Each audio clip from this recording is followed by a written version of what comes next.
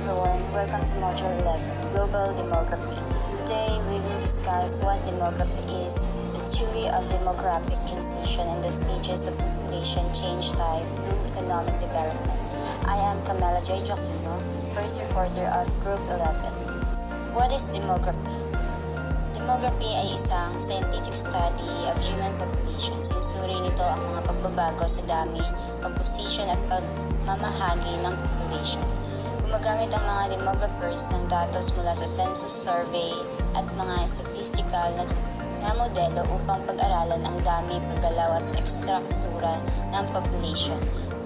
Ang demo ay ibig sabihin people or population. Ang graphy naman ay measurement, sukat, or description, or paglalarawan.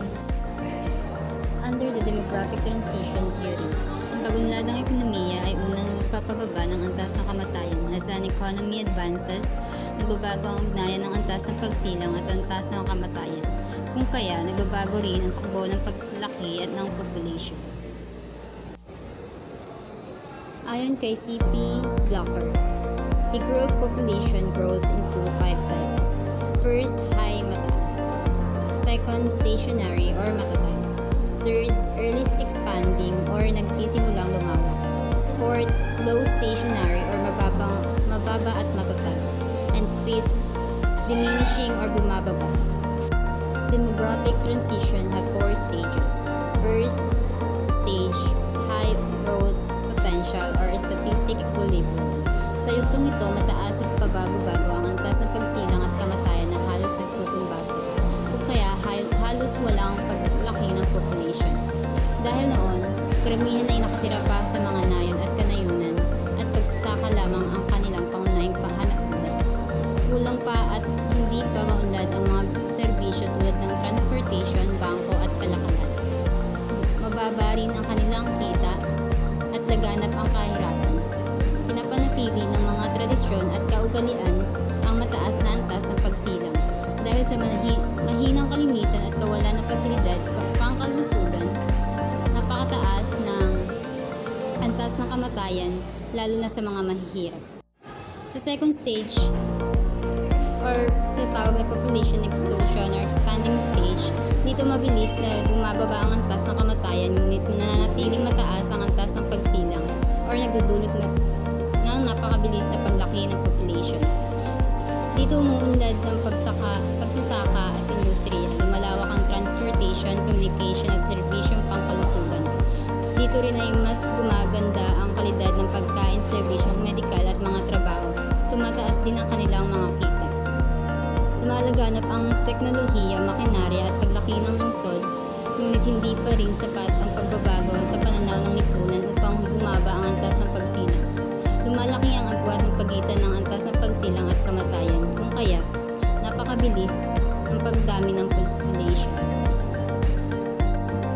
Sa third stage, or tinatawag na declining growth rate, patuloy pa rin mabilis sa paglaki ng population, ngunit mas mabilis ang pagbaba ng antas ng pagsilang kaysa sa antas ng kamatayan, kung kaya bumabagal na ang bilis ng pagdami.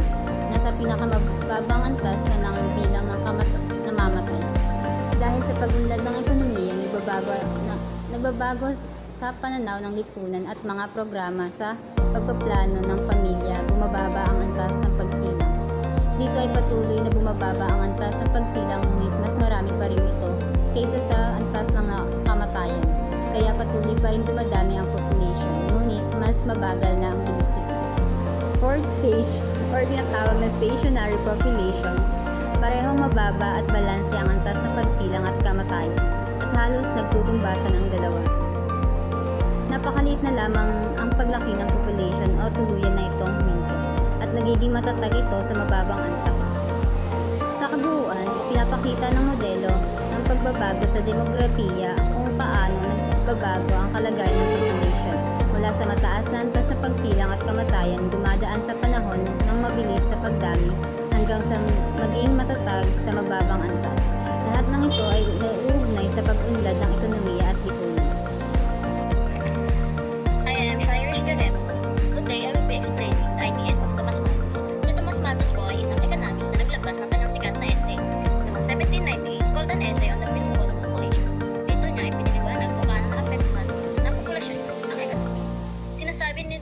Malthus na hindi aksidente ang mabagal na populasyon growth. Noong 1798, ayon sa kanya nakabalance ang populasyon sa economy. Kapag masyadong mabilis dumadami ang tao, bumababa ang sahod. Dahil dito, tumataas ang death rate dahil sa famine, war at disease. Na tinatawag niyang positive check, bukod pa doon, kapag mababa ang sahod at didilitin ang pagpapakasal at pagkakaroon ng mga social issues tulad ng prostitution at contraception na tinatawag naman niyang preventive check. Sabi na mas mabilis talagang lumaki ang populasyon kaysa sa iba. Kaya kahit umunlad ang ekonomiya, masamantala lang ito ang papanatili sa sitwasyon na may kahirapan ng decision advice para makontrol ang populasyon. Para kay Malthus, isipin mo, regular high morality is trying to legal state marriage pero naniniwala siya na mahirap ito gawin ng legal. Sinasabi niya kasi mas Malthus is minimalist na ginagamit ang term evolution para itauraw ang pessimistic idea na maaaring nilabas niya sa kanyang essay na an essay on the principle of evolution. Maraming may apat na goals pero paano niya ang aspeto. Pinapaliwanag na ang idea sa Malthus ay bago pa ang industrial revolution noon kasi nakadepende ang pagkain sa plants, animals at grains. Kaya mahalaga ang farmland bilang limit ng population growth. Pero ngayon, dahil sa industrial revolution at advancement ng agriculture, hindi na ganun kalimitado ang production kumpara noong 18th century. Malthusian theory of population. Ang theory na ito ay nagsasabi na ang populasyon ay lumalaki ng mabilis or exponential habang ang food supply naman ay mabagal lang at arithmetic. Ibig sabihin, mas mabilis dumami ang tao kaysa sa pagkain kaya pwede magkaroon ng kakulangan sa resources. Ayon kay Malthus, nagkaroon lang ng balance sa populasyon ng food supply sa pamamagitan ng tinatawag na checks.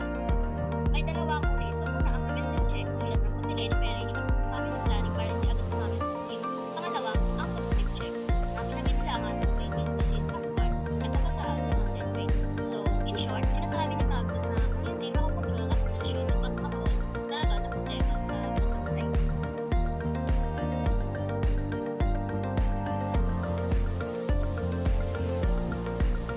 Jackson, sabi ko sa mga sa taas ng evolution, sa supply, nakakabuti, nakakalanse, so hindi mo makakain na lahat ng buhay. Kaya marami mo isa. And if na rin kapasok dito ng mga sa Jackson, hindi mga parang evolution sa revenue sa supply. And madala mo kasi sa positive Jackson, ito na parang para kontrolin yung population. Tinawag siya ng positive, hindi tayo maganda, kundi dahil sigurado mangyari kapag sobra na yung tao. And ito mismo yung gagawa nun. Kasama din yung famines, yung earthquakes, floods, pandemics, wars, and iba pang natural calamities. Sa famine or yung ito nangyari din siya noong Africa, West Africa noong 1980s. Hindi mo din naman sila makain sa evidence na yung mga is COVID-19, pero yung mga natay worldwide, yung mga is World War, combined population ng Europe sa Terra.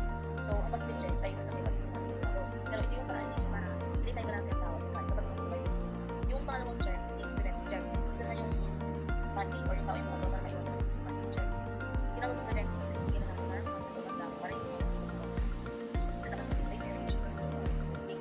Example yung sa Japan sa Asia, nagkakaroon na sila sa para sa atin ng pero mga ng sa family or family na pagkakam siya ng contraceptives para siya sa Pinas. Isip ko din yung decision na pag-aanap ng tayo kayo, hindi yung parang yung preventive check, mas magandang option sa tayo sa mga control. Dahil sa sabi na sa mga kailangan na sa mga sa mga dahil sa positive checks. Kaya sa atin, sa theory ng mga malinaw na hindi ko yung support natin yung major elements, yung major supply, positive checks, preventive checks.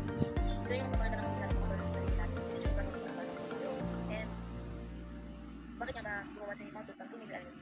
Major elements siya na nasa yung tanong na sa kanya na bakit may mahirap at mahirap tayo ngayon. Hey everyone, I am the fourth reporter of Module 11, Global Demography. I'm Ivan and today we will talk about criticism of Malthusian theory of population. The Malthusian theory was criticized. Based in Western Europe, the population was rising at a rapid rate. At the same time, the food supply had also increased due to the technological developments. Many times, food production had increased more than the population. For 2% of the total population is working in the agricultural sector.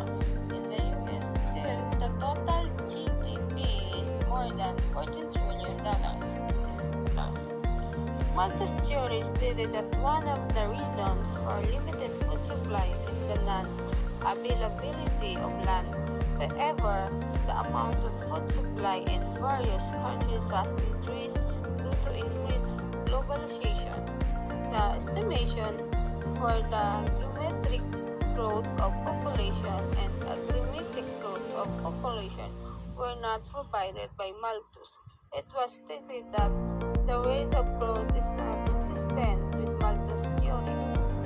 Ayon kay Thomas Malthus, ang populasyon ay lumalaki ng geometriko, samantalang ang supply ng pagkain ay lumalaki lamang ng agreemetiko. Dahil dito, sinasabi niya na darating ang panahon na mas malaki na ang dami ng tao kaysa sa dami ng makakain, na magiging sanhi ng gutom, sakit at kahirapan. Gayunpaman, ang teoryang ito ay pinuna at hindi tinanggap ng maraming kritiko. Dahil una ay ang pag-unlad ng teknolohiya. Sa kanlurang Europa, napatunayan na habang mabilis na dumadami ang populasyon, mas mabilis pa ding lumalago at dumadami ang supply ng pagkain dahil sa paggamit ng makabagong teknolohiya sa pagsasaka. Halimbawa, sa bansang Estados Unidos, 2% lamang ng kabuuang populasyon ang nagtatrabaho sa larangan ng agrikultura. Ngunit ang kanilang kabuuang kita ay higit sa 14 trilyong dolyar. Ipinapakita nito na hindi kailangan dumami ang manggagawa upang dumami ang ani. Pangalawa, globalization. Sinasabi ni Malthus na limitado ang lupang sakahan kaya limitado rin ang magiging ani at supply ng pagkain. Ngunit dahil sa pagkakaisa at ugnayan ng mga bansa sa buong mundo, nagagawang mag-angkat o magkuha ng pagkain ang mga bansa mula sa ibang lugar kung saan sagana ang ani. Dahil dito, naging sapat at patuloy na tumataas ang supply ng pagkain sa kabila ng kakulangan ng lupang sakahan at sariling bansa. Pangatlo, kakulangan sa matibay na batayan. Hindi nagbigay si Malthus ng tiyak na datos o pagtataya o bilang upang patunayan ang kanyang pahayag tungkol sa paglaki ng populasyon at supply ng pagkain. Ang kanyang mga idea ay nakabase lamang sa kanyang obserbasyon at hinula, hindi nasusukat na ebidensya. Pang-apat, hindi tugma sa tunay na pangyayari. Ang bilis ng paglaki ng populasyon at ng supply ng pagkain sa totoong buhay ay hindi akma sa kanyang nilarawan. Napatunayan na sa maraming pagkakataon na mas mabilis pa ang pagdami ng supply ng pagkain kumpara sa dami ng tao. Ayon sa mga kritiko, ang Malthusian theory ay hindi ganap na totoo at wasto dahil hindi nito ay sinasaalang-alang ang malalaking papel ng teknolohiya, agham at pakikipag-ugnayan ng mga bansa sa pagpapataas ng produksyon ng pagkain. Pinapakita ng kasaysayan na hindi lamang ang laki ng lupang sakahan ang nagdidikta sa dami ng makakain, kundi pati na rin ang kaalaman at kakayahan ng tao na pagandahin ang mga pamamaraan ng pagsasaka at kalakalan. Dito sa demography cycle, dito ay pinapakita kung papaano ang pagbabago sa bilang ng populasyon ng isang bansa habang ito ay umuunlad sa ekonomiya. High stationary, high birth rate, and high death rate. Dito ay halos magkatumbas ang dami ng pinapanganak at dami ng namamatay, na natiling mabagal o halos walang pagbabago ang kabuuang bilang ng populasyon, parang nakatigil o matatag lamang ang dami ng tao. Pangalawa, early expanding, unchanged birth rate and decline death rate. Bumababa na ang bilang ng namamatay dahil sa pag-unlad ng kalusugan at pagkain, pero nananatiling mataas pa rin ang ipinapanganak, kaya dito mabilis na dumadami ang mga tao. Pangatlo, late expanding, fallen birth rate and full death rate. Patuloy na mababa ang namamatay, pero nagsisimula ng bumaba ang bilang ng pinapanganak. Nangyayari ito dahil sa pagbabago ng pamumuhay, edukasyon at pagpaplano ng pamilya. Tumadami pa rin ang populasyon pero hindi na kasing bilis dati. Pangapat, low stationary, low birth rate, and low death rate. Mataas ang bilang ng ipinapanganak at mataas din ang namamatay. Halos pantay lang sila, kaya dahan-dahan o halos walang paglaki ang populasyon. Karaniwan ito sa mga lugar na kulang sa gamot, malinis na tubig at maayos na pamumuhay. Panglima, declining, birth rate lower than death rate. Mas kaunti na ang pinapanganak kaysa sa namamatay. Dahil dito, unti-unting lumiliit o bumababa ang kabuuang populasyon. Sa madaling salita, mula sa panahong mabagal ang pagbabago, dumadaan sa mabilis na pagdami, hanggang sa maging matatag o tuluyang bumababa ang bilang ng tao habang umuunlad ang lipunan. Samantala, malaking papel din ang ginagampanan ng migration o pagmamigrant ng mga tao sa iba't ibang lugar sa bawat populasyon. Ang pagbabago sa natural na paglaki ng populasyon ay nagdudulot ng paglipat ng tao at ang paglipat naman ng tao ang tutuwid o nagpabalanse sa bilang ng populasyon upang umakma sa pangangailangan ng ekonomiya sa bawat panahon.